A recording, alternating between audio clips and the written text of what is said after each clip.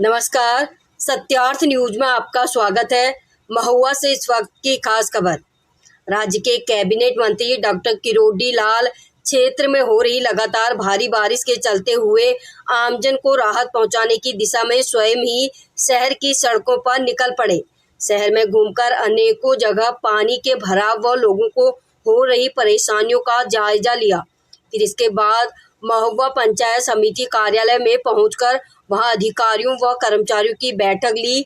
प्रदेश में भारी बारिश से मची हुई त्राहिमाम के चलते डॉक्टर किरोड़ी लाल मीणा ने आमजन को राहत पहुंचाने के लिए त्वरित कार्रवाई के निर्देश दिए तथा जल भराव वाले क्षेत्रों से पानी की शीघ्र निकासी की भी निर्देश दिए। साथ ही स्वास्थ्य विभाग के अधिकारियों को जल जनित बीमारियों की रोकथाम हेतु निर्देशित किया व क्षेत्र में भारी बारिश से हुई अतिवृष्टि से नुकसान के आकलन के भी निर्देश जारी किए हैं।